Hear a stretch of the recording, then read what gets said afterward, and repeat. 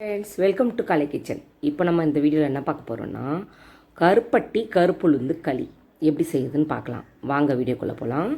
நான் வந்து கருப்புளுந்து எடுத்து வச்சுருக்கேன், 250 கிராம் எடுத்து வச்சுருக்கேன். கருப்பட்டி நான் வந்து 1க்கு 1.5 அளவு தான் நான் கருப்பட்டி சர்க்கரை சேர்க்க போகிறேன். ஏன்னா எனக்கு அந்த சுகர் போதும், எனக்கு அந்த அளவுக்கு இனிப்பு போதுன்றதுனால நான் அதை சேர்க்க போகிறேன். 1 டேபிள் ஸ்பூன் அளவுக்கு பச்சரிசி சேர்த்துருக்கேன். அது கூட சேர்த்து நம்ம இது ரெண்டுத்தையும் ஒன்றா போட்டு கழுவி எடுத்துக்கலாம். ஃபஸ்ட்டு ஊரெல்லாம் வைக்க தேவையில்லை, நம்ம வந்து கழுவி எடுக்கணும். ஏன் இதை நம்ம கழுவி எடுக்கிறோன்னு சொன்னால், அதில் வந்து கல் இருக்கும், தும்பு தூசி எல்லாம் இருக்கும் இல்லையா. அந்த எப்போவுமே களத்தில் அடிக்கிறத உளுந்தில் வந்து கருப்பு உளுந்தில் கண்டிப்பாக கல் இருக்கும். அதனால் அதை நம்ம போட்டு தண்ணியில் போட்டு அரிச்சு இது மாதிரி எடுத்தோம்னா அந்த பாருங்கள் எவ்வளோ கல் இருக்குது பாருங்கள். அதனால் அரித்து அதை ஒரு ஃபில்டரில் வச்சு கொஞ்ச நேரம் நல்லா ஃபில்டர் ஆன பிறகு நம்ம கொட்டி நல்லா கடையில் கொட்டி நல்லா அந்த தன்மையோடு கொட்டி நல்லா வறுத்து எடுத்துக்கணும்னா நம்ம கரெக்டாக இருக்கும். ஏன்னா ஊறக்கூடாது இது, அதனால தான் உடனே கொட்டி நல்லா அலசிட்டு நல்லா அரித்து எடுத்துக்கோங்க. இந்த மாதிரி கனமான கடாய் எடுத்துக்கோங்க. அந்த கடாயில் நம்ம நல்லா ஃபில்டர் பண்ணி வச்சுருக்கோம் இல்லையா, அதை எடுத்து கொட்டி நல்லா இந்த சூடு நல்லா ஹை ஃப்ளேம்லேயே வச்சு நல்லா வறுத்துக்கிட்டே கைவிடாமல் வறுத்துக்கிட்டே இருங்க. ஏன்னா அதில் ஈரப்பதம் இருக்கும், அதனால் நல்லா வறுத்துட்டே இருந்தீங்கன்னா அந்த சூட்டுலேயே அந்த ஈரம் காணாமல் போயிடும். காய வைக்கணும் இது பண்ணணும்லாம் அவசியம் இல்லை, நம்ம இதை உடனே செய்யலாம். அதனால் நம்ம இந்த மாதிரி நல்லா வறுத்துடுங்க. ஹையில் வச்சுக்கோங்க, நல்லா ஹை ஃப்ளேமில் வச்சு நல்லா வறுத்திங்கன்னா அந்த சூடு வந்து ஏறி அந்த ஈரப்பசெல்லாம் காணாமல் போய் நல்லா இது வறுந்து நல்லா ப்ரௌன் கலரில் வறுந்து அந்த அரிசியும் அந்த உளுந்தும் பொரிஞ்சு நல்லா வந்து செவந்து வர அளவுக்கு வறுக்கணும். சரிங்களா? நல்லா வறுத்து எடுத்துக்கோங்க. இது இந்த ஈரப்பதம் இருக்கிற வரைக்கும் நல்லா ஹை ஃப்ளேமில் வச்சுக்கோங்க. அப்புறம் பாதி ஃப்ளேமில் வச்சு நல்லா வறுத்து எடுத்திங்கன்னா உங்களுக்கு நல்லா ப்ரௌன் கலரில் வந்துடும். இந்த ரெசிபி ஏற்கனவே நான் போட்டிருக்கேன், இதை இன்னும் டீட்டெயிலாக போட சொல்லி எனக்கு ஒரு சப்ஸ்கிரைபர் கேட்டிருக்காங்க. அதனால் உங்களுக்கு நான் போடுறேன். முதல்ல வந்து நான் வந்து பாதி வெல்லம் பாதி கருப்பட்டி போட்டு பண்ணியிருப்பேன். அப்போ என்கிட்ட இல்லாததுனால இப்போ வந்து முழுசாக பண்ணியிருக்கேன். இதை மாதிரி செய்யும்போது நல்லா இது வந்து ரொம்ப ரொம்ப நல்லது. எலும்பு தேய்மானம், போன் ஸ்ட்ரென்த்துக்காக இது சாப்பிட்றது, கால்சியம் எல்லாமே இருக்குது. இது கருப்பட்டி சேர்த்து சாப்பிட்றதுனால நம்ம உடம்புக்கு நல்லது.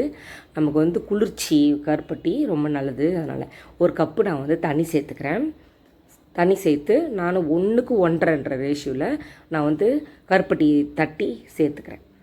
அது கூட சேர்த்து கலந்து விட்டுக்கிட்டே இருக்கேன். ஏன்னா இதில் இருக்கிற மண், தும்பு, தூசி நான் எப்போ எந்த இது எடுத்தாலும் நான் வந்து எந்த ஸ்வீட் பண்ணாலும் நான் கருப்பட்டியோ வெல்லமோ எது பண்ணாலும் கரைச்சி தான் பண்ணுவேன்.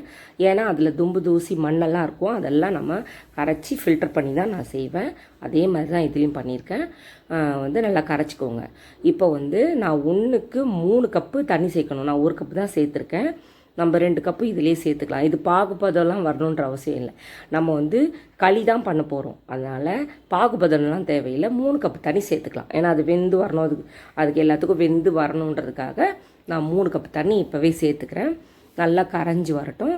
அதுக்குள்ளே நம்ம வறுத்து ஆற வச்சுருக்குறோம் இல்லையா, அதை வந்து நம்ம மிக்ஸி ஜாரில் நல்லா ஃபைன் பேஸ்ட்டாக நல்லா ஃபைன் பொடியாக அரைச்சிக்கலாம். நல்லா கொரன்னு ரொம்ப கொரன்னு இல்லாமல் அரைச்சிக்கலாம். 3 ஏலக்காய் வந்து கூட சேர்த்துருக்கேன். ஃப்ளேவர் நல்லா வாசனையாக இருக்குன்றதுக்காக 3 ஏலக்காய் சேர்த்துருக்கேன். அது கூட நம்ம மிக்ஸி ஜாரில் சேர்த்து நல்லா அரைச்சிக்கலாம். இப்படி நம்ம அரைச்சிட்டு நம்ம கையில் வச்சு இப்படி பார்த்தோம்னா நல்லா கொரன்னு இருந்தால் போதும். நம்ம அதுக்குள்ளே நல்லா கொதிச்சு வந்துடுச்சு, கரைஞ்சிடுச்சு வெல்லம்லாம். அதை என்ன பண்ணுறோம், ஃபில்டர் பண்ணி எடுத்துக்கிறோம்.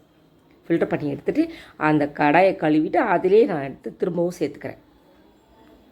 திரும்பவும் சேர்த்து நல்லா கொதிக்க விடணும். கொதிக்கும் போது நம்ம இப்போ கொதிக்கலனாலும் பரவாயில்ல, நம்ம இதை மாவு கட்டியாக ஆகிடும். அதனால் நம்ம இதை நல்லா அரைச்சி வச்சுருக்கிறோம் இல்லையா, அது கூட நம்ம சேர்த்து நல்லா ஒரு விஸ்கு மாதிரி உங்களுக்கு கலக்கிறதுக்கு எது வசதிப்படுமோ அதை வச்சு நீங்கள் கலந்துக்கோங்க. நல்லா போட்டு கலந்துக்கிட்டே இருந்தீங்க. நான் வந்து 1க்கு 1.5 தான் சேர்த்துருக்கேன் இனிப்பு. உங்களுக்கு ஜாஸ்தி வேணும்னா 2 கப்பு வேணாலும் சேர்த்துக்கலாம். சேர்த்து நீங்கள் கலந்துக்கலாம். உங்களுக்கு ஸ்வீட் கொஞ்சம் ஜாஸ்தியாக வேணும் எனக்கு அப்படின்னா நீங்கள் 2 கப்பு கூட சேர்த்துக்கலாம். நான் 1.5 கப்பு தான் சேர்த்துருக்கேன். சேர்த்து நல்லா இதை மாதிரி கரைச்சி விட்டிங்கன்னா கட்டி இல்லாமல் நல்லா அப்படி ஷேக் பண்ணி நல்லா பண்ணிங்கன்னா கட்டி இல்லாமல் வரும். அதுக்கப்புறமா ஹை ஃப்ளேமில் வச்சுக்கலாம். ஹை ஃப்ளேம்னால் உங்களுக்கு கொஞ்சம் தூக்கிக்கலாம். கொஞ்சம் நல்லா திக்னஸாக ஆகிட்டு வரும்போது சிம்மில் வச்சுக்கலாம். சரிங்களா? பாருங்கள், இப்போ இந்த மாதிரி கன்சிஸ்டன்சி வந்துச்சு பார்த்தீங்களா? இப்படி கொஞ்சம் நல்லா திக்காயிட்டு வரும். இது எப்படியும் நான் கொஞ்சம் நேரம் ஆக ஆக ஆக இந்த மாதிரி வந்துடும். நல்லா பாகெல்லாம் இதுவும் ஒன்றா கலந்து வருது இல்லையா? இந்த மாதிரி கெட்டிப்படும். இந்த கெட்டிப்படுற சமயத்தில் சிம்மில் வச்சுட்டு நல்லா கிளறி விட்டுட்டே இருக்கணும். இது வந்து எப்படியும் 30 to 45 மினிட்ஸ்க்கு வந்து இது நம்ம வச்சு நல்லா கிளறி விட்டு இந்த களியை கிண்டணும். அப்படி கிண்டினா தான் ரொம்ப நல்லாயிருக்கும். நல்லா கிண்டி விடுங்க. இந்த மாதிரி பாருங்கள், நல்லா அடி பிடிக்காமல் நல்லா கிண்டி விட்டுட்டே இருக்கணும்.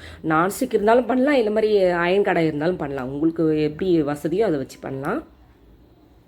இதுக்கு வந்து நம்ம ஆயில் நல்லெண்ணெய் தான் சேர்க்கணும். இது கூட நல்லெண்ணெய் சேர்க்கணும். நல்லெண்ணெய் வந்து நான் 100 கிராம் எடுத்துக்கிறேன். நான் வந்து 200 கிராம் சேர்க்குறேன். கொஞ்சம் கொஞ்சமாக சேர்க்கணும். முதல்ல ஒரு 50 கிராம் ஊற்றிக்கிறேன்.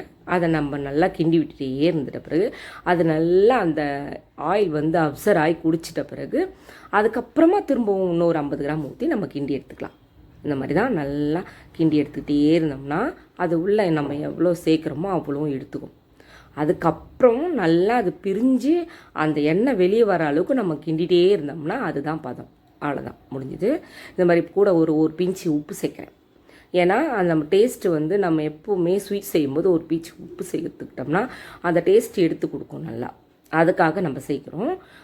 இனிப்பு சுவையை தூக்கி கொடுக்கும், அதனால் சேர்க்குறோம். மீதி இருக்கிற 50 கிராம் எண்ணெயும் ஊற்றுறேன்னா பார்த்துக்கோங்க. அது மாதிரி திரும்பவும் ஊற்றி நல்லா கலந்து நல்லா கிண்டிகிட்டே இருக்கணும். அது கூட உறவு சேர நல்லா கிண்டணும். அது கிண்ட தான் நம்ம நல்லா, ஆனால் தீ வந்து சிம் தீயிலே தான் இருக்கணும். பொறுமையாக தான் வச்சு செய்யணும். கொஞ்சம் டைம் தான் எடுக்கும், ஆனால் நல்லது ரொம்ப. இது மாதிரி நீங்கள் செய்து பிள்ளைங்களுக்கு கொடுத்து பாருங்கள், ரொம்ப ரொம்ப நல்லது.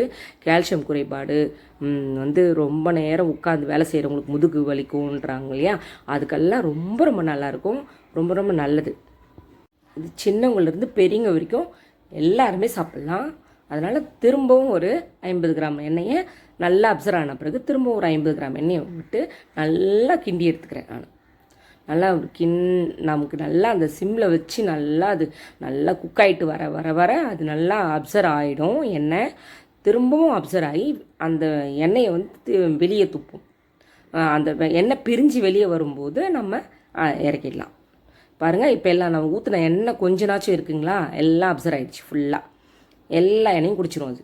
அதுக்கப்புறம் நம்ம வந்து திரும்ப கிண்டி விட்டுட்டே இருக்கணுங்க. கொஞ்சம் லேட் ஆகும் தாங்க. நம்ம கொஞ்சம் இதை வந்து நம்ம சிரமப்பட்டிருந்தாலும் கொஞ்சம் செஞ்சு வச்சிட்டோம்னா ரொம்ப ரொம்ப நல்லது. பசங்க நல்லா விரும்பி சாப்பிடுவாங்க, உடலுக்கு ரொம்ப நல்லது. கால்சியம் ப்ராப்ளம் இருக்கிறவங்க, ரொம்ப நேரம் உட்காந்து வேலை பார்க்குறவங்க எல்லாருக்குமே இது ரொம்ப ரொம்ப நல்லது. இங்கே பார்த்தீங்களா, எண்ணெய் பிரிஞ்சு வந்திருக்கு பாருங்கள். இந்த ஸ்டேஜில் நான் 1 ஸ்பூன் நெய் விட்டுறேன். நெய் வந்து வாசனையாக நல்லாயிருக்கும். அதனால் ஒரே 1 ஸ்பூன் தான், ரொம்பலாம் நெய் விட தேவையில்லை. நம்ம ஏற்கனவே நல்லெண்ணெய் 150 கிராம் விட்டுருக்கோம். அப்போ அதுவே போதும். நல்லா அது வந்து பிரிஞ்சு கிண்ட பிரிஞ்சு வருது பாருங்கள். இப்போ அந்த நெய்யும் கூட சேர்த்து நமக்கு ஃப்ளேவருக்காக நல்லா அப்படி கிண்டி எடுத்துட்டோம்னா பார்த்தீங்களா, அந்த இதில் ஒட்டாமல் வந்துருக்கு பாருங்கள். இதை மாதிரி தான் வரும். சூப்பராக இருக்கும். இந்த மாதிரி நீங்கள் வீட்டில் பண்ணி பாருங்கள், ரொம்ப ரொம்ப நல்லாயிருக்கும். அந்த கருப்பட்டி, கருப்புளுந்து, நல்லெண்ணெய் இதெல்லாம் சேரும்போது ரொம்ப ரொம்ப டேஸ்டியாக இருக்கும். நீங்கள் வீட்டில் பண்ணி பாருங்கள், அப்படி இருக்கும். இப்படி செஞ்சால் அப்படி இருக்கும். நீங்கள் வீட்டில் ஒரு வாட்டி ட்ரை பண்ணி பாருங்கள். கலை கிச்சனை சப்ஸ்கிரைப் பண்ணுங்கள், ஷேர் பண்ணுங்கள், கமெண்ட் பண்ணுங்கள். இந்த வீடியோ எப்படி இருக்குன்ட்டு நீங்களே கமெண்ட் பண்ணுங்கள். எப்படி பிரிஞ்சு வந்துருக்கு பாருங்கள் எண்ணெய். இதே மாதிரி தான் வீட்டில் நீங்கள் செய்து பாருங்கள். இதே மாதிரி செய்து இதே மாதிரி டிஸ்ப்ளே பண்ணுங்கள். தேங்க்யூ, பாய்.